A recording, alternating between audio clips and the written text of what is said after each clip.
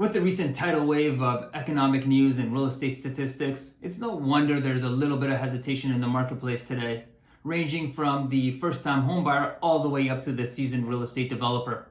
We are transitioning into a new real estate environment, so it's important for you to be able to have access to some stories about real-life transactions that are taking place today, because despite the hesitation, they are still taking place.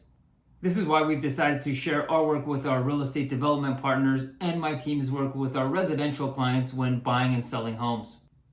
Thank you for coming back to view our monthly commentary video. With the previous thought in mind, we are introducing a new format going forward for our monthly videos. Personally, I love pouring through figures both short-term and long-term as they provide great perspective when I'm trying to get a handle of what's going on in the real estate market. Our clients and a vast majority of you viewers would tend to agree. So we'll continue to provide many of the key metrics and trends that we use on a daily basis when we're consulting both our development and residential clients. The new wrinkle to our format is the introduction of real-life examples of what's happening out there on the front lines. Because as much as I love stats, they are a lagging indicator, approximately 30 to 45 days behind what we're actually experiencing as industry professionals when working with our clients. Speaking of stats and key metrics, here are a few notable trends from the previous month. The Fraser Valley may once again become an affordable alternative to areas north of the Fraser. The gap in average price between the Fraser Valley and areas north of the Fraser has now increased to 17%. At its peak in February of 2022, that gap was as little as 5%.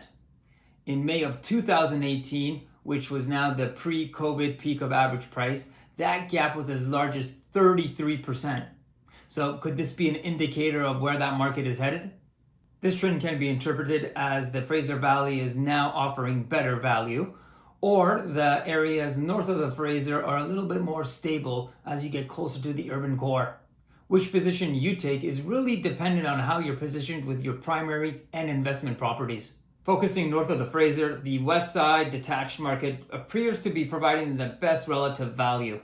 Prices are down to the May 2021 levels, which is an approximately 6% decline from the peak of February 2022.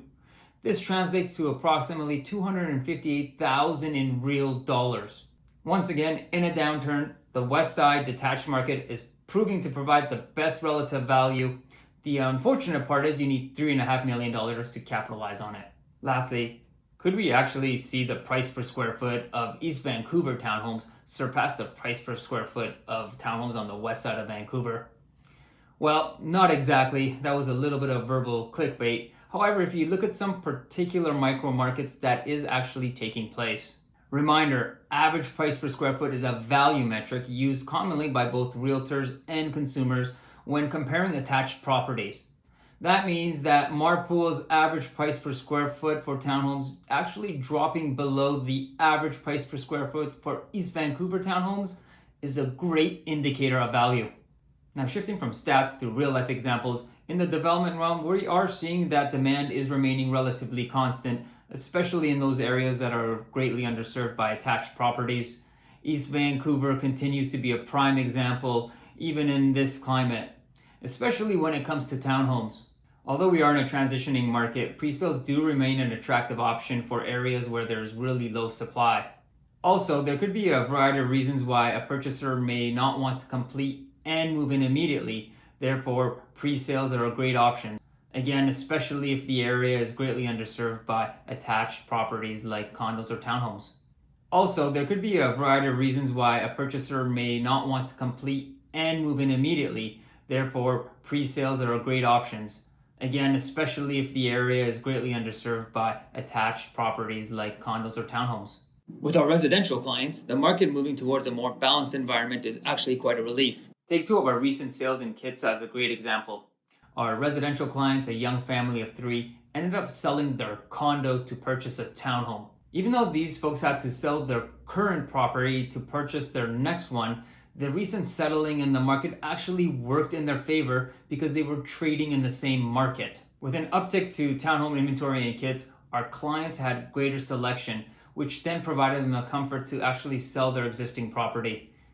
In overheated markets, we often find reluctance from our residential clients to sell their existing properties because they are fearful they will not be able to secure their next home as demand outpaces supply. Also, our clients were trading up in dollar value, which is a great opportunity to capitalize on in a transitioning market. In their example, Kitsilano townhome prices declined 10% from their peak in January of 2022, while the Kitsilano condo prices actually inched up 1% in the same time frame. You may ask, what about the rising interest rates? Quite simple, our client's mortgage was up for renewal anyway. Although the increased mortgage amount and the rising interest rates did result in an uptick in real dollars for them, they still feel like they won in this circumstance because they were trading up and they saw inherent value in being able to start their next chapter in life. These stories are just a few examples of the thousands of transactions that are still taking place out there today. You see, in a transitioning market, there are still opportunities and advantages for developers, sellers, and buyers alike. It simply depends on whether making a move in this current climate is the right fit for you. That's why it's important to ensure you have a team surrounding you, providing you with the right guidance so that you're making an informed decision rather than one simply based on headlines. I encourage you to choose wisely. I hope you found this month's video helpful. And if you enjoyed what you've just watched, we'd really appreciate you subscribing to our future videos by simply clicking the subscribe button below our videos on YouTube. And remember, if you have any questions about your upcoming development or would simply like to discuss your residential property with a member of our team, go ahead and book yourself in for an in-person or virtual coffee by clicking the link below.